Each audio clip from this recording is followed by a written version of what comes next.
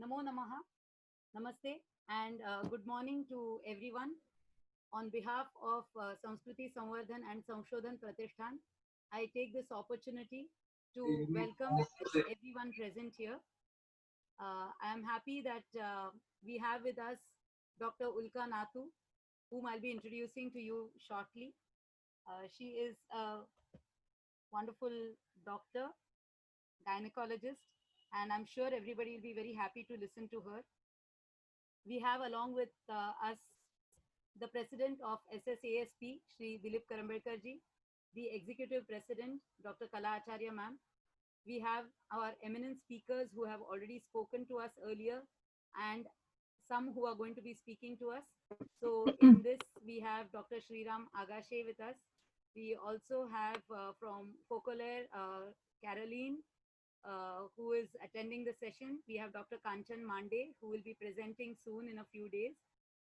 Along with that, we have Dr. Lalita Namjoshi, who is a regular feature who attends regularly.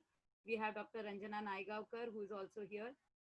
In addition to that, we have Dr. Sampadananda Mishra ji and several others who are here, who are listening to us on this session here, as well as on the Facebook. So I welcome everyone on this day, and I'm sure all of us are eager to listen to a very beautiful topic, because this topic today that we have is yoga for women. And in this topic, I'm happy to introduce to you Dr. Ulka Nathuji. And Namaste. namaste.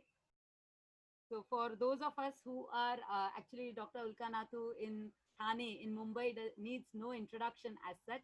But for the benefit of all those of us who are watching us live from different parts of the country and different parts of the world, I take this opportunity to introduce to her to you. She is MD, DGO from the University of Mumbai, a clinical embryologist. In addition to this, she is a diploma in yoga education. She's also a holder of the Advanced Diploma in Yoga from University of Mumbai. She is a consulting obstetrician and gynecologist, an embryologist, as well as a yoga teacher. So it is very apt that we have someone who knows the details, the technical details of both the fields to be speaking to us. She is also, in addition to these uh, affiliations that she holds, she is the director of Nest Hospital in Thane. She is the vice president of Ghantali Mitra Mandal, the director of Prajnana Yoga, which is the Anusandhan Kendra. She is the chief health advisor, a chairperson to the board of studies in yoga and allied sciences in Kaivalya Dham, Lonavala. She is also an adjunct professor to St. GS College of Yoga at Kaivalya Dham, Lonavala. A person of this great stature obviously will be associated with a lot of committees, and she's a member of several committees, like the committee of, she's a member of the ethics committee. She also works as an expert on yoga for maternal and child health. She conducts programs to educate the masses, women, and the common folk in general. She's a regular writer to several, as a leading columnist to several newspapers, in specifically Lokasatta. She's the recipient of awards in the field of yogic research on the national and the international forum as well. And in addition to this, she has to her credit a lot of publications, but the books that she has written are Yoga for Health, Healing and Harmony. She's written this jointly with Guru Varya Yogacharya Sri Krishna Vyavahare. She has to her credit another book, which is Yoga for Pregnancy, which is Yoga Ankura. And she's written a booklet on yoga for reproductive age group females for WHO and the Ministry of Ayush. In addition, there is a CD DVD release of pregnancy related yogic practices, which she has to her credit. So we have with us a great stalwart, a person who is from the medical field as well as yoga, who will be speaking to us. And she goes by the line Yoga Karmasu Kaushalyam. So there is Kaushalya in the karma that she does. And I hand this over to Dr. Ulka Nathu to take it on. We have about 45 minutes of time that she will speak to us, after which there will be questions. And we will then request Dr. Kala Acharya ma'am, the executive president of SSASP, to conclude the session. So for now, over to you, Dr. Ulka Nathuji. Thank you.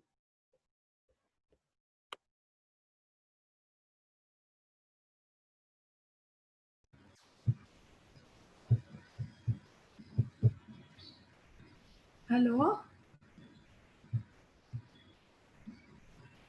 Hello? Am I audible? Hello? Am I audible? Yes, you're audible, ma'am. Ma'am, you're Yeah. audible. Yes. Yeah, okay. Hari Om, Suprabhat, and very good morning to all of you. And it gives me immense pleasure to be here on this platform.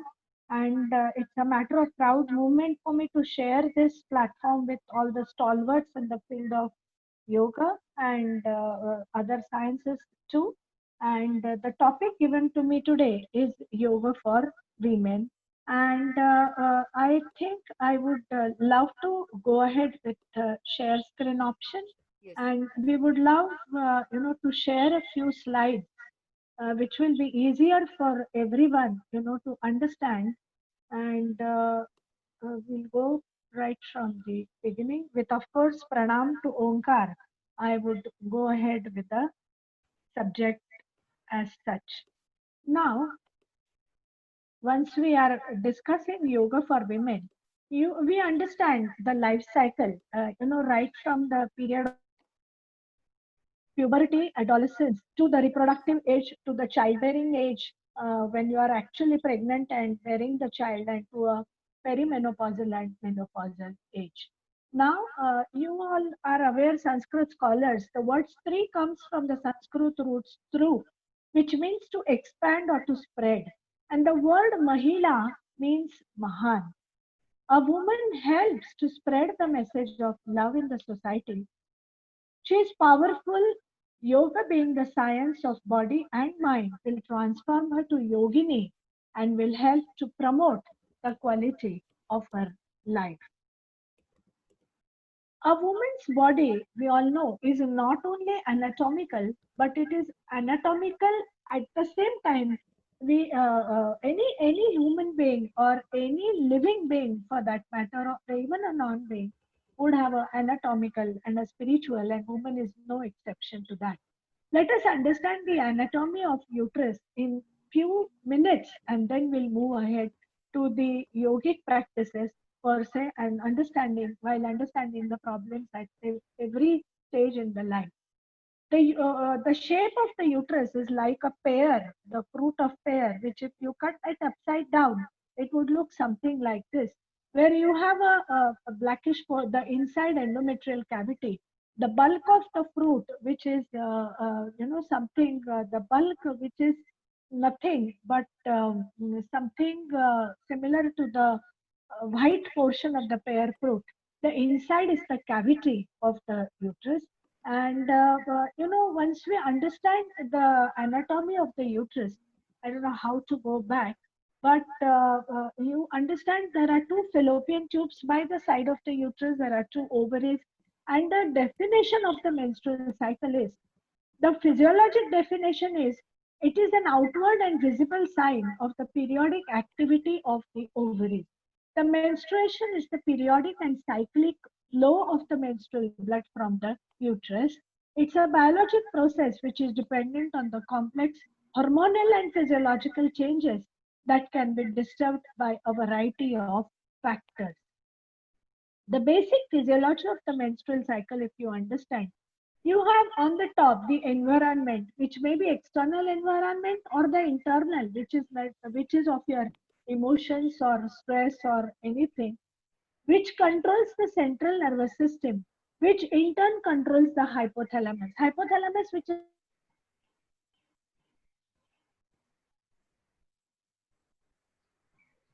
controls the hormones, controls the physiological changes that can be disturbed by a variety of hypothalamus is the one which controls this appetite or the satiety and the satisfaction and the hunger center in the brain. The hypothalamus is the one which controls the body temperature. It is the one which controls how much of water intake we should have, and how much of whatever necessary body temperature which needs to be controlled at a particular, in a particular season, at a particular time. So hypothalamus, if I tell you, it practically controls each and everything in the human body. I am not exaggerating it.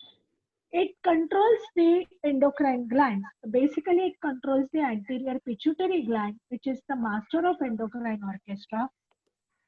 The compartment of central nervous system and hypothalamus comprises of compartment 4, while as anterior pituitary is compartment 3.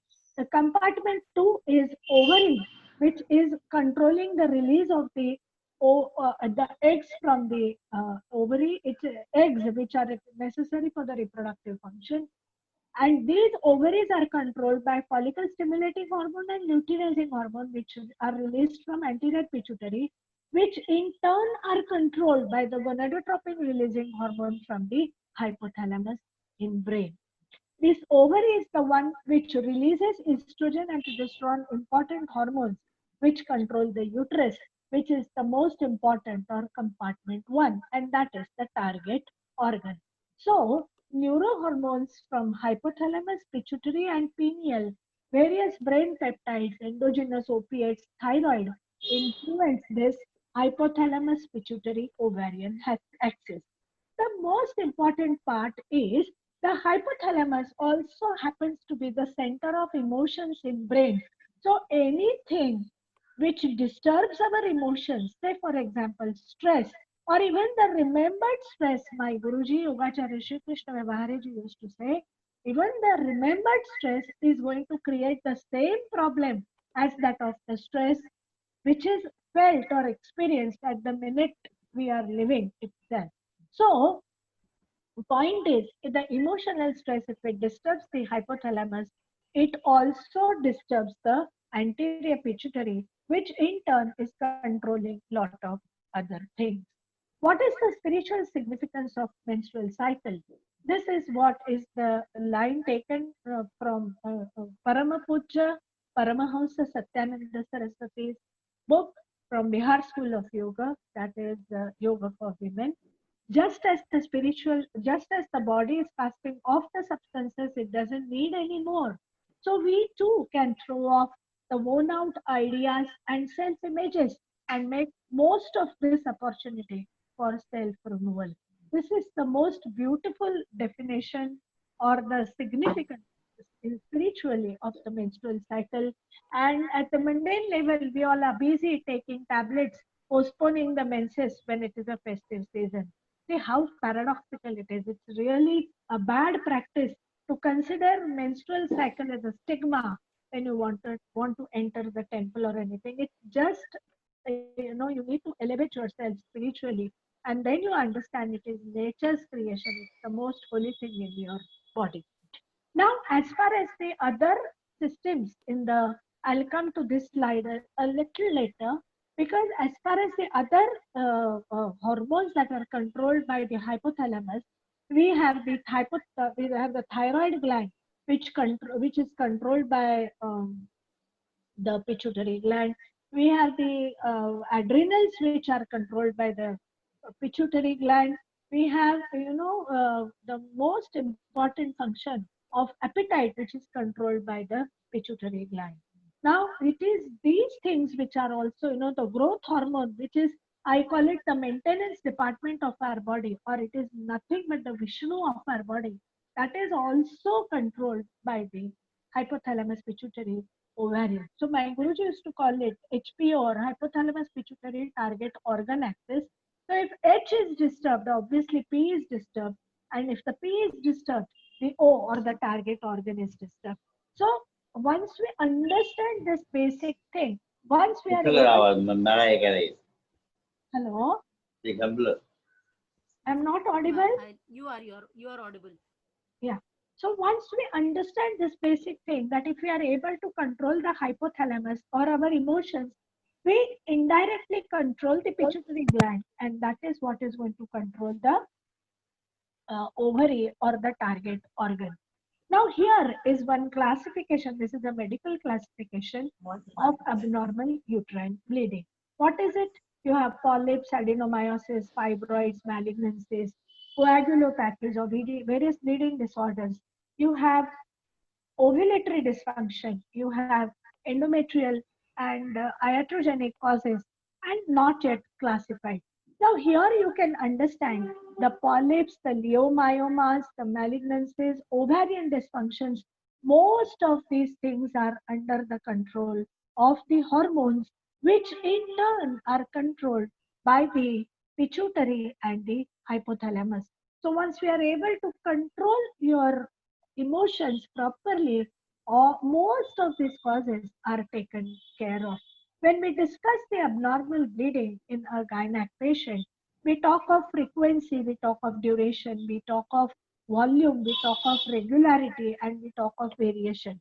Now, I am not going to go into the detail because it's a very vast subject, but what I am trying to point out to you is this abnormal bleeding or heavy bleeding, intermenstrual bleeding, acute bleeding.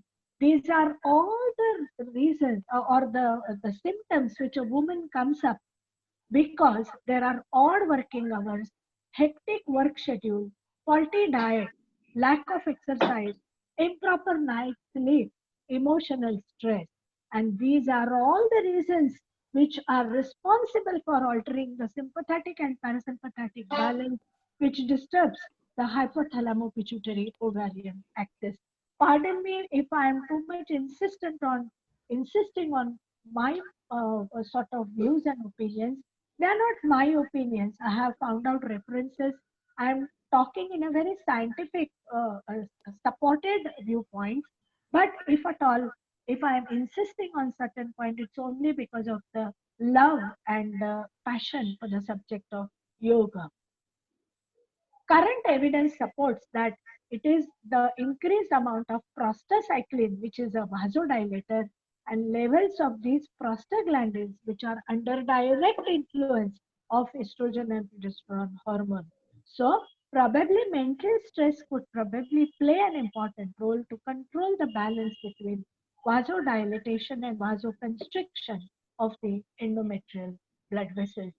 This is a chart which I have taken for our own book, which is Yoga for Health, Healing and Harmony, which I have written with my Guruji, Yogacharya Shri Krishna Vibhareji, where we have written that it is the excessive mental stress, faulty habits, which are responsible for disturbed HPO axis, resulting in obesity, thyroid dysfunction. It is the heavy bleeding because of disturbed tone of the muscular muscle. The painful menstruation is also because of congestion around the viscera. All this leads to anovulation, leading to problem of conception, that is infertility. The problem of PCOD, we all know, is increasing day by day because PCOD is nothing but polycystic ovarian syndrome, and this is increasing because of the reasons which I have mentioned earlier. This also gives rise to the increased risk of breast cancer, increased risk of endometrial cancer, profuse bleeding, increased cardiovascular or non-communicable diseases. And this is all, the end result of increased free estrogen hormone, which in turn is the result of the obesity, the problem of excessive weight. And then because of this excessive weight, you have increased levels of peripheral serum insulin. And the paradoxical situation where you have increased in peripheral levels of serum insulin, but this insulin, is not being utilized properly. So this you have the problem of peripheral insulin resistance.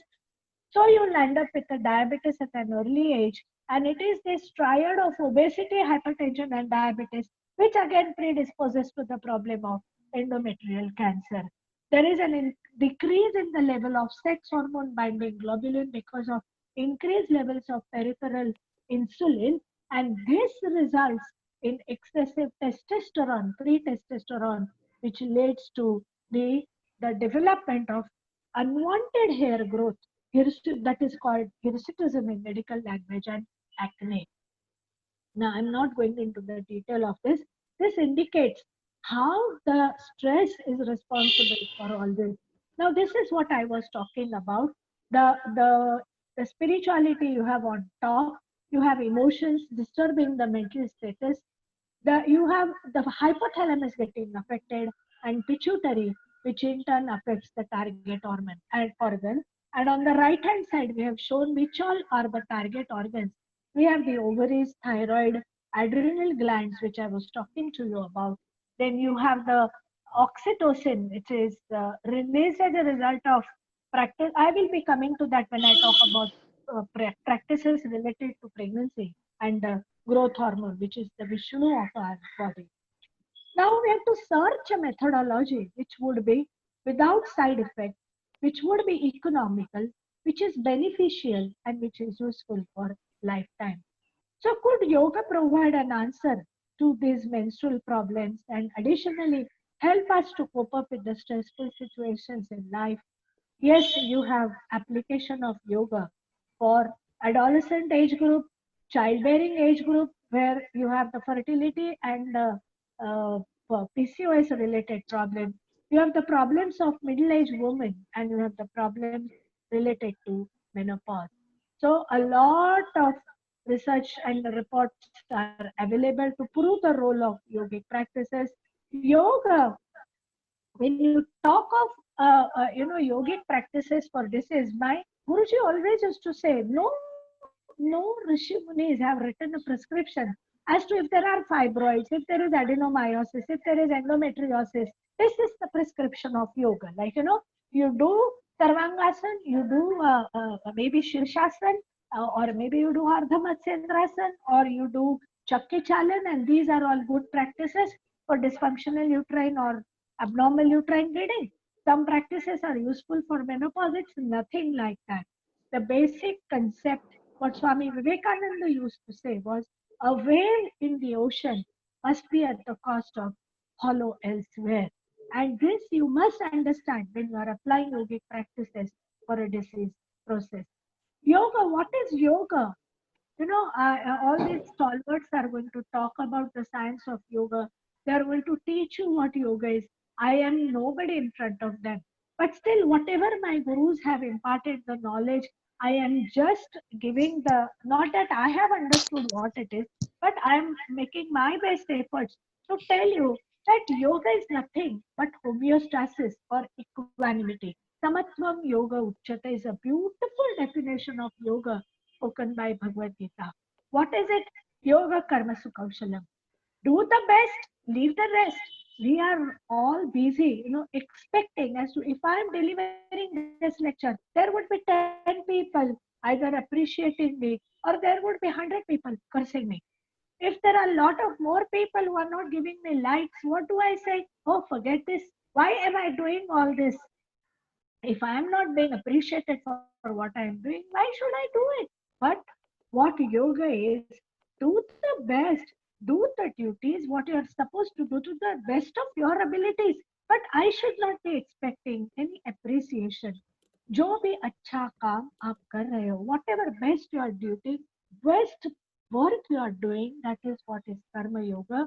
Do it because you want to do it and you want to give something to the society, not because you want to get something in return out of it. You get the fruits of it, maybe in this life, maybe in future life. We don't care for it, but just keep doing your duties. What is yoga? It is just should just give you the joy or happiness. It is a perfect lifestyle.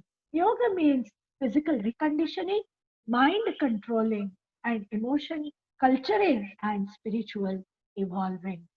This is my Guruji's sentence. A variety of gynecologic disorders can be benefited by regular yogic practices. But the question is whether different sets of practices should be prescribed for different disorders. So the answer is very clear. Once we understand yoga as a lifestyle and a healthy and a methodized effort to self perfection, few simplified yogic practices can be prescribed as common for all the problems. Now, let me elaborate on this point.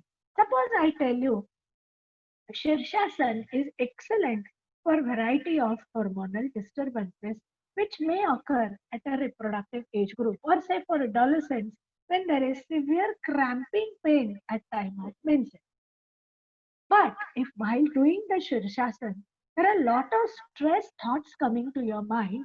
Say, for example, this girl is thinking, oh my God, after mummy is forcing me to do all these things, But after I finish this, I have to rush for my class. I have to rush for my tuitions. And oh my God, there is a prelim coming up. There's a terminal exam coming up. Now, is she mentally quiet and calm and mentally composed and balanced while she's performing these practices? No, this is not what is expected out of the yogic practices. Tirasukhamasana. Prayatna Shatilat Ananta Samapatibhyam. And Tato Dvandvan Abhigataha. My God, we don't even go near this expectation of what Muni Patanjali has written. Dvandvan Abhighataha is the final expectation out of your yogic or asana practices. But we don't understand the true aim and purpose of what we should be doing and why we should be doing and just expect the results. So, what I'm trying to tell you, an expert teacher or guru is mandatory when you are performing any practices. The role of pineal to maintain the circadian rhythm, contributing to normal cycle rhythm, cannot be neglected. And trust me, this pineal gland was once considered as a vestigial structure in brain. But now, the one who has done maximum work on the pineal gland has got the Nobel Prize. And now the dictum is the one who knows pineal knows the human body or the secret of the world. Unfortunately, a lot of there are things which are not known about the pineal gland. But pineal gland is responsible for sexual function. Pineal gland is responsible because it is the one which gives us lot of immunity. It is the one which gives us capacity to fight out against a lot of infections. So this role of pineal, which helps in maintaining the circadian rhythm, is very important. Now, this whether the disturbed circadian rhythm of day and night cycle of modern life is responsible. See, a lot of girls, keep awake at night, get up, sleep early morning around 4ish, 5ish, and then they get up at 11, 12, and then they have an argument. And yes, we are completing 7 hours sleep cycle. So where is the problem? Don't try and ask us to regularize our, sort of the lifestyle of sleeping because we are used to this. But a very simple thing, the more you keep awake at night, the number of estrogen receptors in the uterus increase. And that is what is responsible for increasing incidence of fibroids, increasing incidence of endometriosis. Now, this is all what is approved data in scientific research papers. There have been papers which are, published because the number of estrogen receptors they have studied in rats out of this disturbed sleep cycle. And this is what, we try and tell the youngsters, try and convince them about a good lifestyle. But if they listen, it is okay. If they don't, we don't have to force them. They have to understand it. Now, in adolescence, you have the problem of stress of studies, confidence, lack of confidence, shyness, and ignorance when they start off with the cycle. Now, here we are going step by step to each practice of the youngsters, the middle age. I don't have much time, but I will try and cover everything as much as possible. Although we may have to rush through the slides. Now they have the problem of irregularity, pain, associated pain, and premenstrual tension syndrome.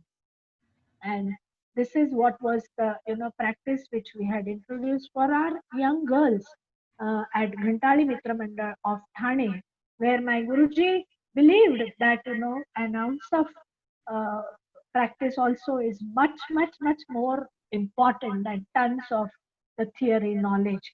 So he used to say that yoga should be made socially relevant, and that is how we had launched a lot of projects, and this was the project. This was in early 2001-2, whereby we had introduced yogic practices for adolescent girls, and the results were very encouraging. The irregularity, the anemia, the obesity, everything was regularized. The cycle was regularized. What happens is this compartment 4, if which if you remember in the initial second, third slide I had told you, the practice of pranayam, shavasana, meditation, this affects the neuroendocrine circuit of hypothalamus. If you remember, the compartment 4 comprises of the external environment and the central nervous system. Compartment 1, 2, and 3 It helps. It is helped by practice of variety of asanas, which helps in shunting of blood flow from viscera, resulting in less congestion in pelvic area. And the daily yoga abhyas helps in better concentration, stability of mind, and emotions. So compartment 1, 2, 3 comprised of the uterus, the ovary, and the anterior pituitary gland. If I'm just trying to revise what you have learned earlier. PCOS, we just talked about it. Overweight, stress, irregular lifestyle, faulty diet, and genetic basis is the last, which we cannot control. But the expression of genes can be controlled if we control the environmental factors. So, if you understand, all this can be corrected by means of practices which are prescribed for these PCOD girls. You can control the emotions, you can train the hypothalamic center, you can treat the associated problems. Attitudinal change can be created which gives a better result for the change for changing the food habits and correction of hormonal status. This is what is achieved with help of yogic practices for PCOD. Thus, yoga can be, effective means of heterostasis. Now you can see all these are girls practicing yoga for pregnancy. Here is our yoga teacher, one of the senior teacher, Mrs. Shaila Bhate, conducting Nada yoga practice for them.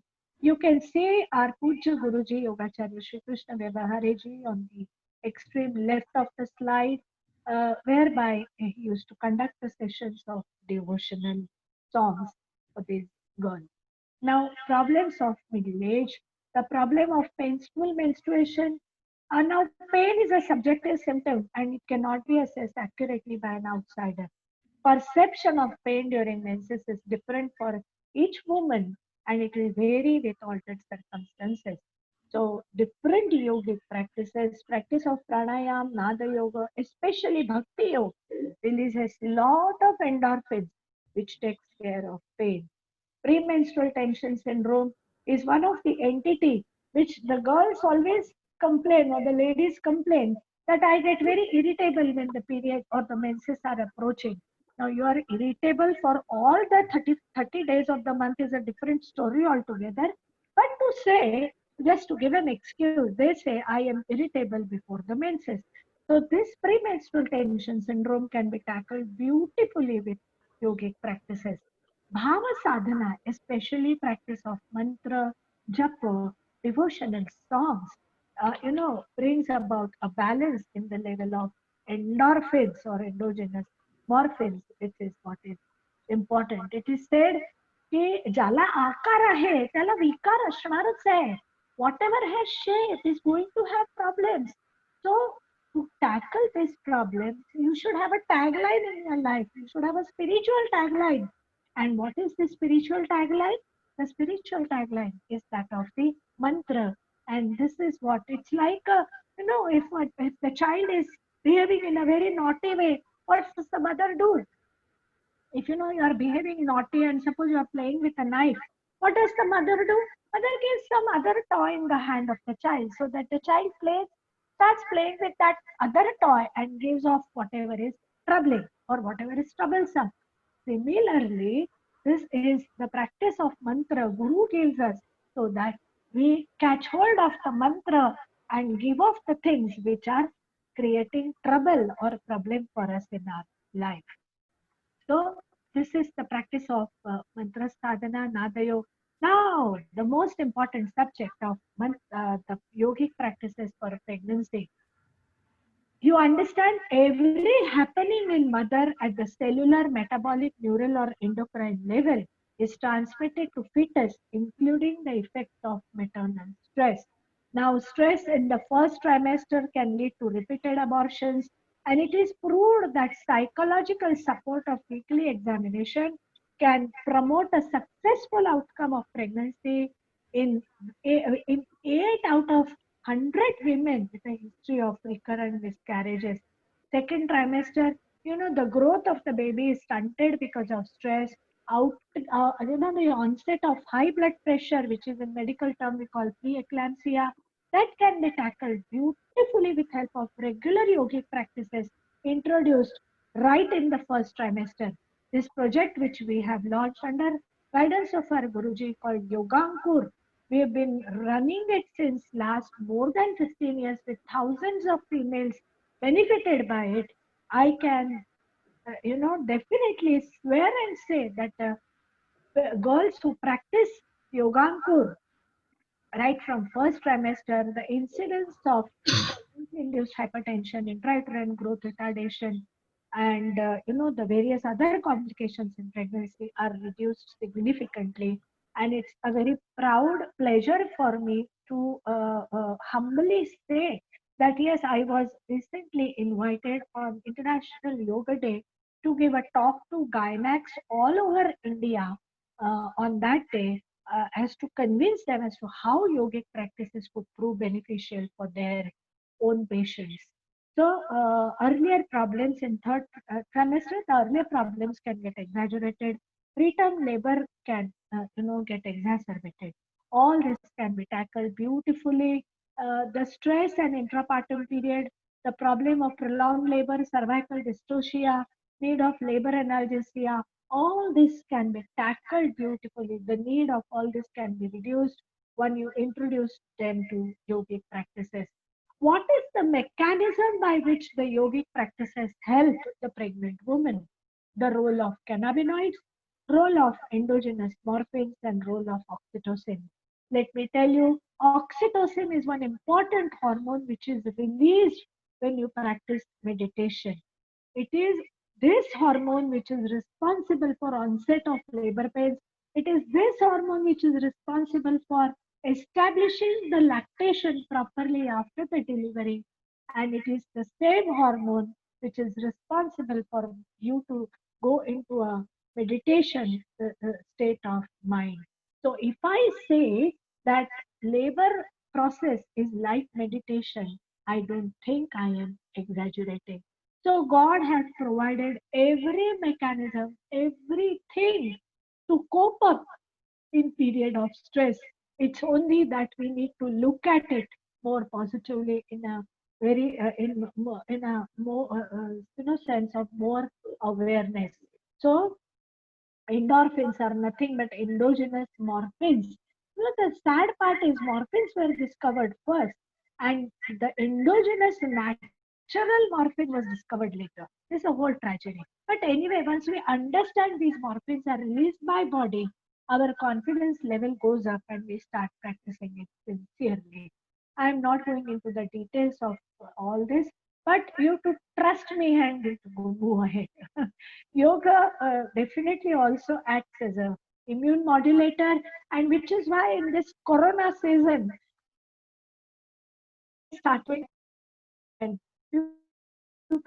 although we understand yoga is a lifestyle, yoga is a 24-hour activity, it's not a part-time activity, but at least start practicing something at least for half an hour in a day. It will definitely prove useful.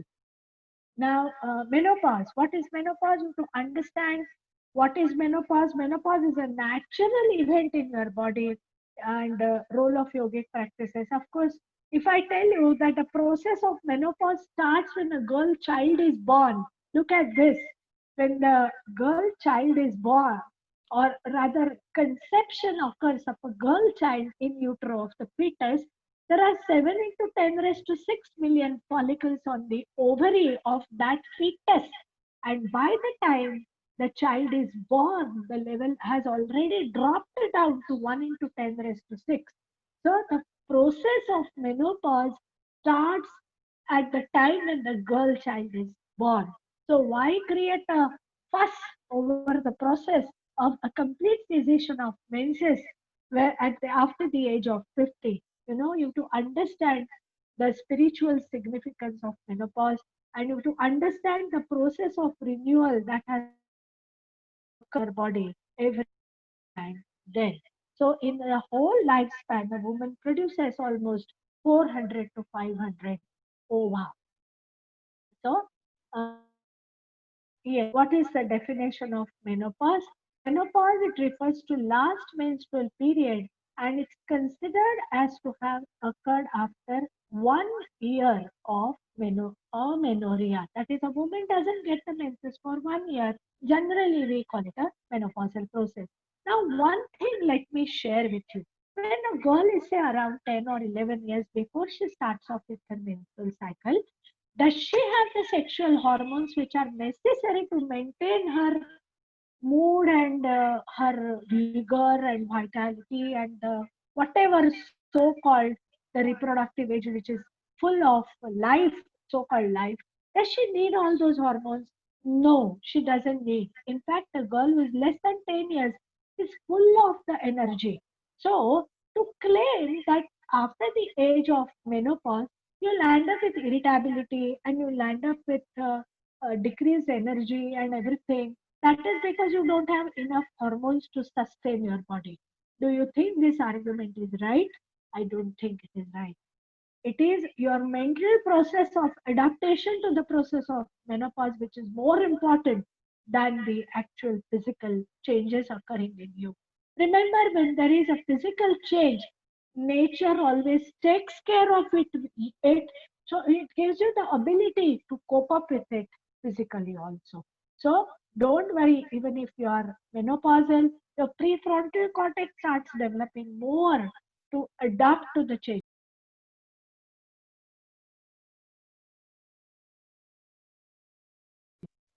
Natural age, you all know, is between 45 to 55 years.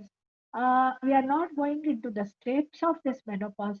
What is most important for us to understand that physical body, beyond that, we have a pranamaya kosha, manomaya kosha, vijnanamaya kosha, and anandamaya kosha.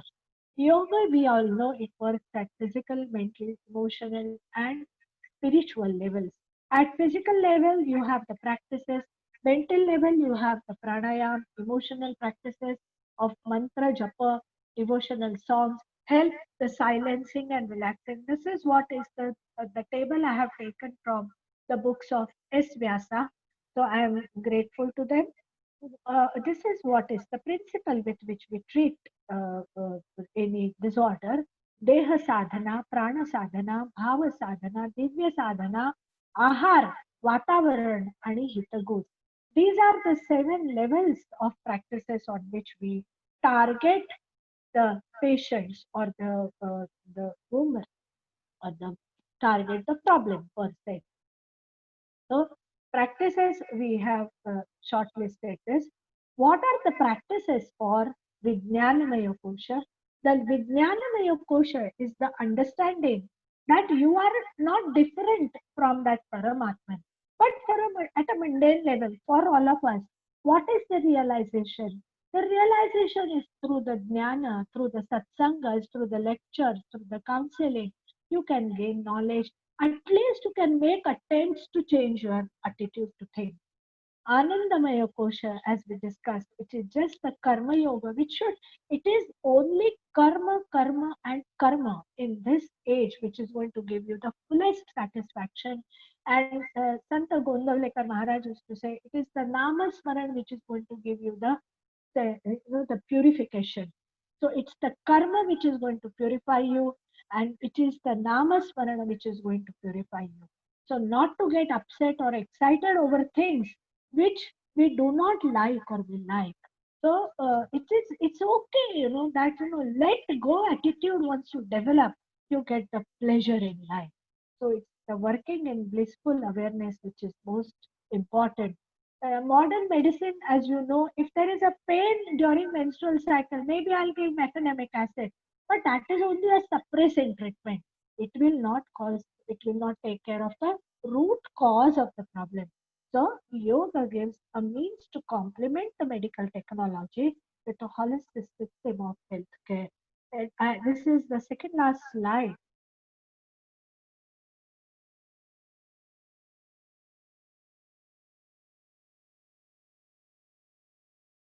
At level, your sacral plexus, the place of ovaries or testes, is at the level of Svadhisthana.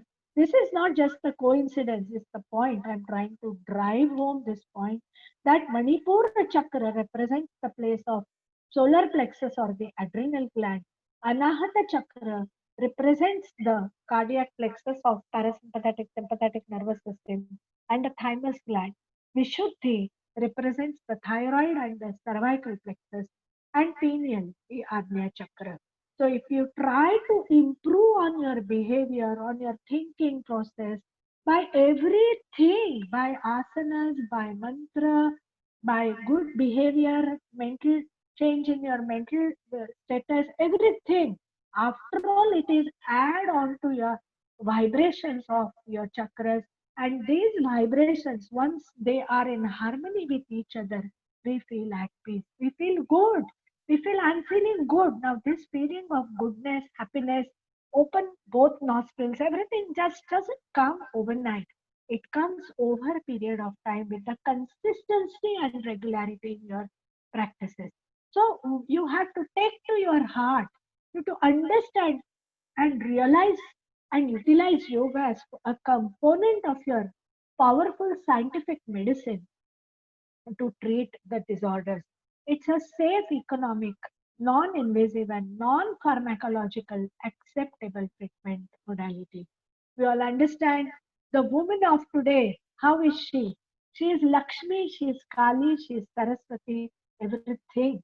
And one has to understand if you have to incorporate the living with the principles of Kali, Saraswati, and Lakshmi, then you have to, accept the principles of karma, jnana, and bhakti properly. Swami Niranjanananda used to say, understanding yoga or practicing yoga just from the asana point of view, it's just like, kg of your yogic sciences. Now, if you understand and try and incorporate the principles in your life, that is like going to school or college of yogic practices. And then you become one with the principles of yogic practices. That is what is becoming a yogi. Now, I don't think we are even near the term yogi. What I feel is understanding yoga in true sense, understanding as a true lifestyle is what is most important. And, as Swamiji Paramahansa Niranjananda Saraswati of Bihar School of Yoga says, yoga has to be incorporated in your life in the form of a yoga chakra. He says you have to incorporate karma yoga, jnana yoga, Patanjal Ashtanga Yoga, that is principles of yama niyama, principles of behavior in life as a yogi. And it is this principle of Kriya Yoga that is, total surrender also. Everything, jnana and bhakti, everything has to be incorporated in the life. Only then you can, you are incorporating yoga in true sense.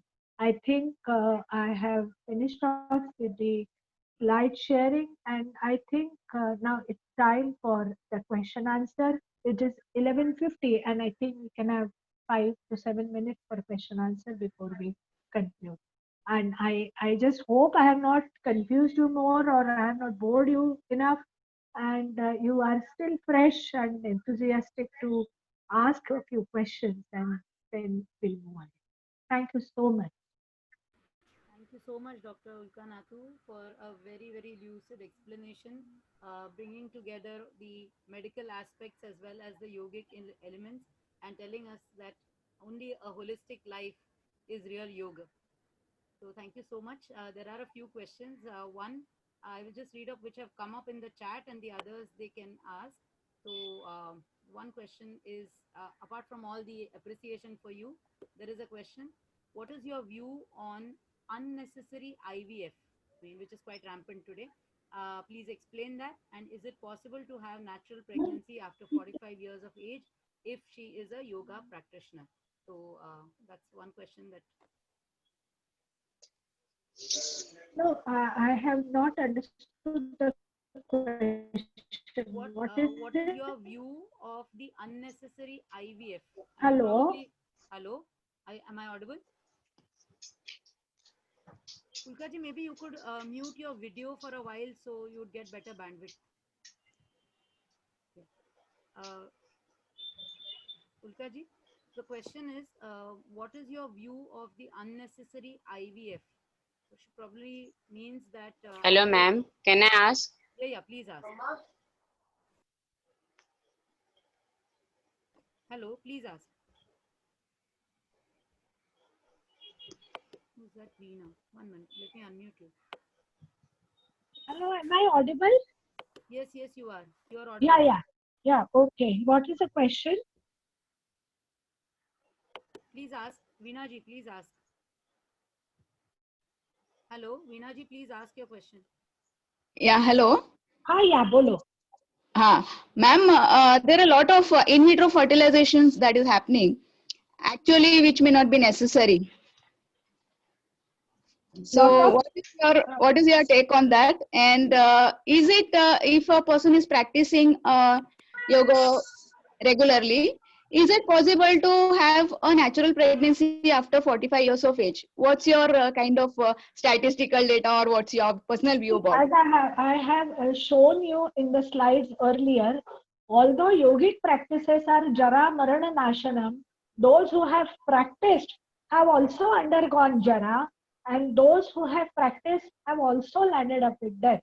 What is most important is accepting the aging process and the death in a graceful and a peaceful way, is what is expected out of yogic practices. Now, if a woman wants to conceive at the age of 45, that has nothing to do with her regular yogic practices throughout her life. That is what is my take on that. Because the regular process of aging, whatever has to happen, is going to happen. Now, the problem of conception after 45, even though you might be a yogi, the eggs which I say, yoga is not meant for all these things. Try and understand this. This is a very restricted sort of a view if you are looking at it. So at 45, if she conceives, nature will not excuse you, because there are high chances that you will land up with an abnormal baby. You'll land up with a egg which is not good enough chromosomally and all that. So the chances of landing up with problems is much more, because the aging process is not going to spare you. So best is to accept it. Now, if you are between the age of 20 to 35, that is the reproductive proper age group, then natural conception is very much possible if you are regular in your practices, because hormonal changes will be taken care of if you are regular in your practices.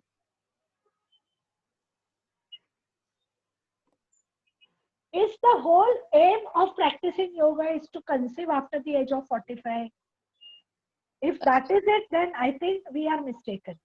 No, not the question. The question was actually based on, it also does work as an anti-aging thing, as in the hormonal balance comes back. That is why I asked you. Yeah, see, Jara, Marana, Nashanam is the aim of yogic practices. But Jara is aging, right? So premature aging, like say, I'll give you an example. If there are changes of spondylitis or say arthritis occurring at the age of say 30, 35, which ideally should be occurring at around say 60, 65 or 70. So that is what is premature aging. But if a woman lands up with a menopause at the 45, and if she's not able to conceive, would you call it premature aging or No, failure it's natural. to conceive? No. It's Correct. Yeah. You are not trying to extend what is natural by Okay. Got the concept. Okay. Yeah. Thank you very much. That was a nice explanation, because this is always normally a controversy many people ask when we talk of things. So I think because the age is like reversal. Age reversal is a word which is used very much, and that's how it is. And then many people are advised for this in vitro fertilization and all that. That so is that a different gives, story. In vitro, yeah. I am an embryologist, so I've been. That is why I asked this question. IVF, yeah. So that's a different story altogether. Yeah. All right. Thank you very much. Yeah. Thank you so much. Sir, ma'am. Yeah. Ma'am ovulation period के time पे women's को कौन से आसनास best है? देखो, again वही आप बात कर रही है, जो ओव्यूलेशन पीरियड के साथ सपोज आपको कंसीव करना है ना, तो मैं ही आपको अगर बोलूं कि विपरीत करनी Yeah. करो, और अगर विपरीत करनी करते समय आपके दिमाग में कुछ कुछ चल रहा है, तो वो विपरीत करने से जो हार्मोनल जो इक्विलिब्रियम एस्टैब्लिश होना चाहिए वो होगा क्या? मैं भी विपरीत करने से 2 मिनट आसन के अंतिम स्थिति में जो आप धारणा कर रही है, जो भी आप पोजीशन ले रही है, शायद उससे वो पेल्विक कंजेशन कम होना चाहिए, वो शायद टेम्पररी हो सकता है, लेकिन उससे लॉन्ग टर्म मिलने वाले जो बेनिफिट्स है वो आपको मिलेंगे क्या? ऐसा नहीं है। योग का प्रिंसिपल जो है वो आप समझने की कोशिश करो। जो आप कंसीव करने के लिए आपको चाहिए, वो जो चाहिए वो है मन की शांत स्थिर स्थिति और हार्मोनल प्रॉपर स्टेटस और proper blood flow to uterus.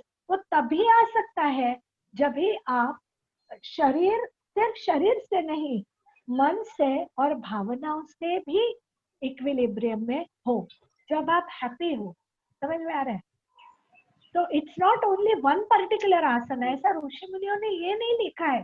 Conceive करना है तो हाँ, स्वर योग साधना है, कंसीव करने में right nostril breathing, left nostril, क्या क्या करना है, it's science by itself.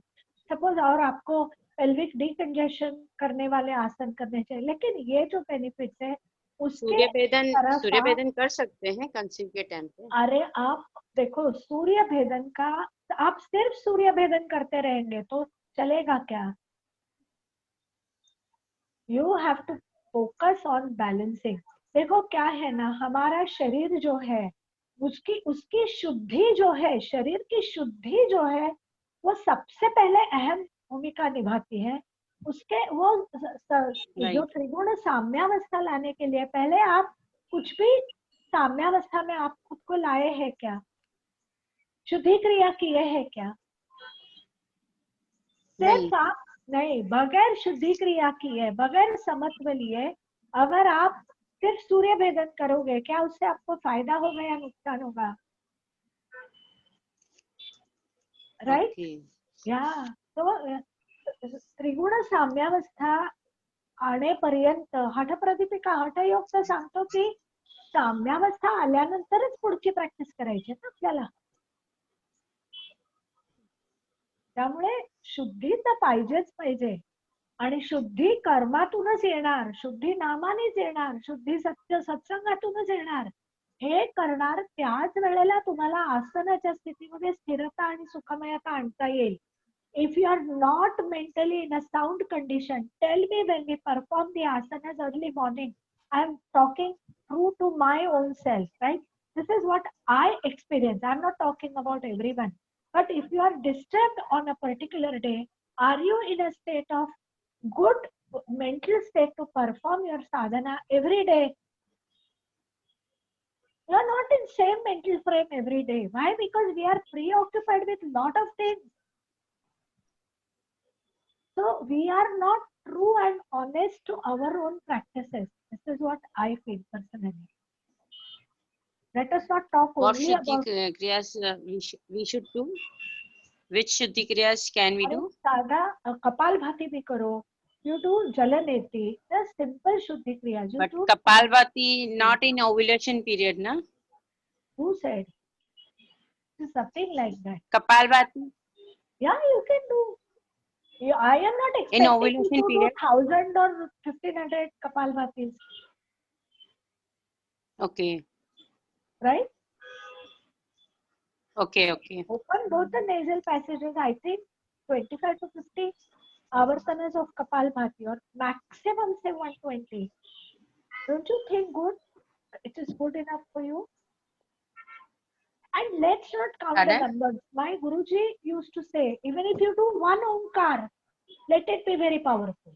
It's not that you have to do 21 times or 108 times.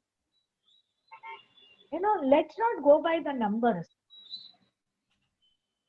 That's what I feel. Okay. I may be wrong, but that's what I feel. Anything else? Okay, thank you, ma'am. Thank you so Yeah. much. Yeah. There is one question in the chat. Is it okay to have menopause at 47? Any other question? The one question that is there is it okay to have menopause at 47? Yeah, of course. Natural menopause after 40 till 55, anytime. So these are the questions that are there so far. So I think there aren't any more.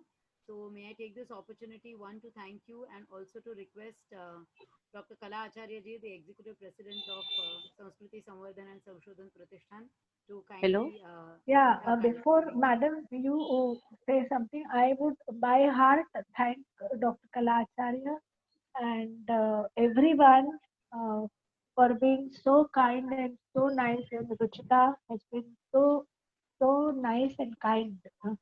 So, and my pranam to all the stalwarts who have attended and encouraged me. Thank you one and all. Thank Am I audible, Ruchita? Yes, ma'am. You are. Huh? Yes, you are audible. Dr. Ulka Nathu Gadam, I am very much thankful to you. Why? Because one of the aims of our Sanskriti Samvardhan, Samshodhan Pratishthan is that to bring Indian heritage with scientific approach. And you have proved it that yogic knowledge can be brought towards the youth and others, to especially for women with a scientific approach. Why we had chosen this theme, yoga for women, with mutual agreement, and at the beginning only you said that you talked about the two words stri and mahila, and you have given the etymology that stri comes from stru, which means to spread, and that is very much correct. In addition to that, means this stru root has two meanings. One is to spread, another is to covered, because in earlier days it was always thought that women always needs to be covered. But the grammarians, according to grammarians, the etymology of the word stri is from stay, which also means to spread, but another meaning is to diffuse. And it has been said, stayete shukra shonite asyam, one that is a woman in whom semen and blood are diffused. And this is one etymology. And about mahila you said, and mahila comes from the root maha, which means to be respected. And when we say that women is to be respected, especially in Vedas, this etymology you will find that women are to be respected. They are the respect also includes care and concern, and how women have to be taken care of, not by only by others, but how they should take their own care.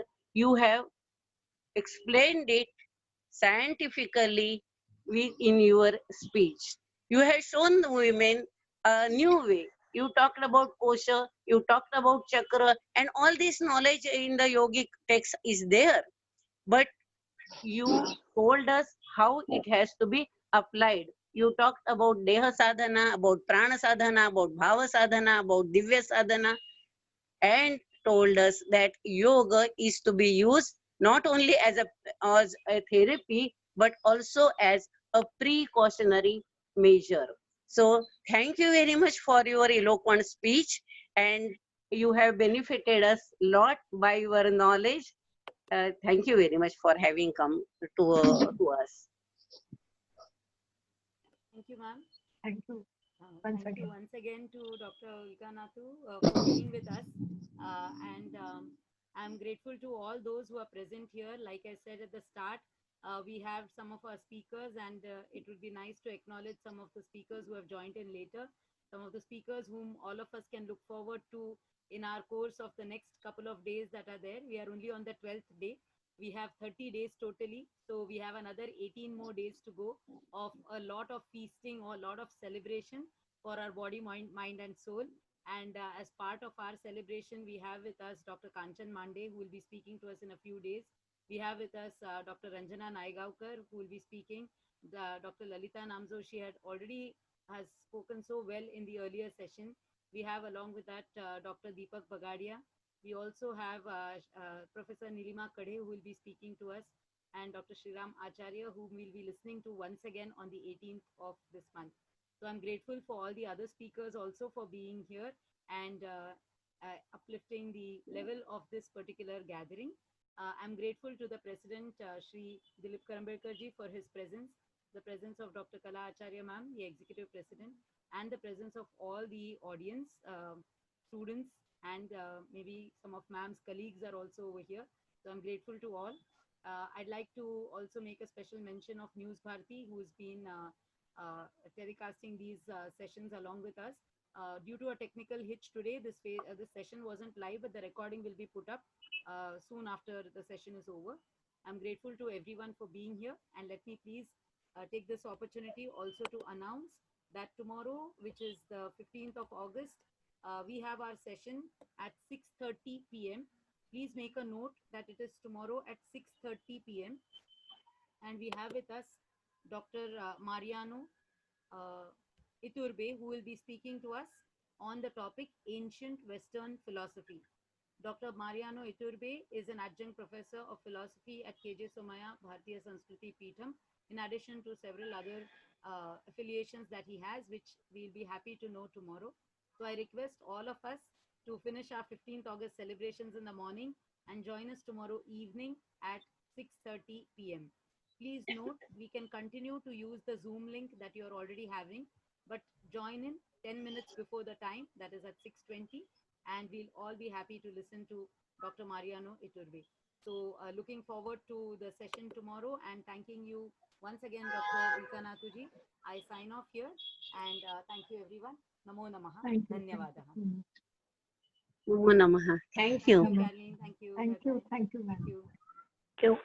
Thank you. Thank you, ma'am. Thank you so much. It was nice session. Thank you. Thank you. Thank you. Thank you very much. Thank you, ma'am. Thank you, Kalam. Very beautiful. Thank you very much. Thank you. Thank you for coming. Thank you. So I Welcome, will ma'am. continue. Bye. Bye. Bye-bye.